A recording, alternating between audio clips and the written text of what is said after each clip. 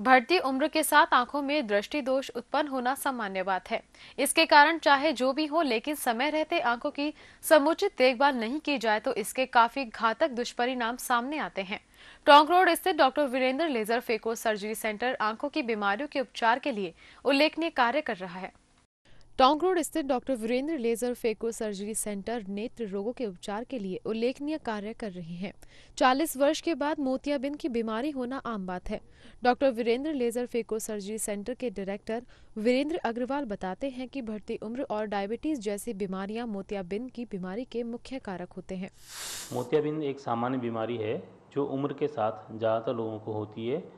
कुछ लोगों को ये जल्दी होती है, यानी कि 40, 50, 45 की उम्र पे, बट ज़्यादातर समय ये 60 साल की उम्र के बाद होने वाली बीमारी है।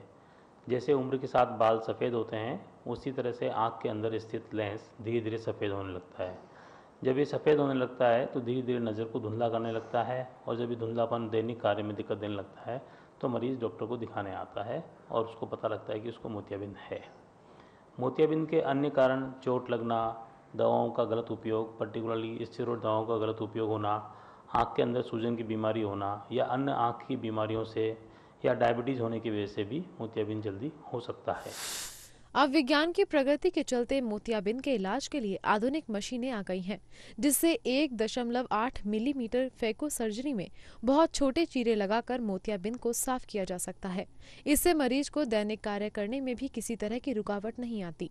मरीज ऑपरेशन के अगले दिन से ही अपने दैनिक कार्य कर सकता है और इसमें किसी भी तरह के परहेज की भी आवश्यकता नहीं होती। व्यक्ति को दैनिक कार्य करने के लिए किसी तरह की रुकावट नहीं आती है। वो लगभग अगले दिन से अपने दैनिक कार्य अपने आप, मतलब बिना किसी डिपेंडेंस के, बिना किसी और की निर्भरता के कर सकता है। ऑफिस जाना आना, घूमना फिरना, चलना फिरना, खाने पीने का किसी तरह का परहेज इस ऑपरेशन में आजकल नहीं है। ज़्यादातर लोगों को ऑपरेशन करने के बाद तुरंत छुट्टी दे दी जाती है। किसी किसी लोगों को एक दिन के लिए पट्टी लगाई जाती है, और एक दिन की पट्टी के बाद रूटीन दवाएं डालने से उनका काम नियमित रूप से किया जा सकता है। यह जरूरी नहीं कि मोतियाबिंद दोनों आंखों में एक साथ हो। अलग अलग समय पर यह अलग अलग आंखों में बढ़ सकता है। पहले मोतियाबिंद को पकने का इंतजार किया जाता था, लेकिन अब फेको सर्जरी की सहायता से कच्चे मोतियाबिंद का भी ऑपरेशन संभव है। इसमें एक हैंड पीस होता है जिसपे एक छोटी टिप लगी होती है। यह टिप एक सुई की तरह होती है जो अल्ट्रासाउंड की वजह से आगे पीछे मूव करती है, और इस मूवमेंट की वजह से जो नेचुरल लेंस होता है जिसमें मोतियाबिंद हो गया है, उसको हम दही की तरह मत देते हैं, और मत देने के बाद उसी नीडल से वो एस्पिरेट हो जाता है, मतलब उसी नीडल के थ्रू उसको हम पानी में खींच लेते हैं। और इस कारण से इसमें बड़ा चीरा नहीं लगाना पड़ता, टाँका नहीं लगाना पड़ता।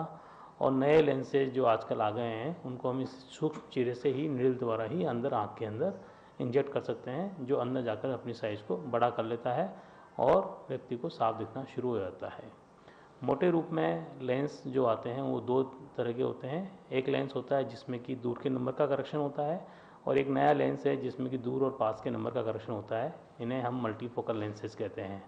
मल्टीफोकल लेंसेज में फ़ायदा ये होता है कि दूर पास के लिए ऑपरेशन के बाद अलग अलग चश्मा नहीं लगाना पड़ता, बिना चश्मे के ज़्यादातर कार्य कर सकते हैं। कभी कभी थोड़ा चश्मा लगाना पड़ता है, तो एक सामान्य चश्मा होता है।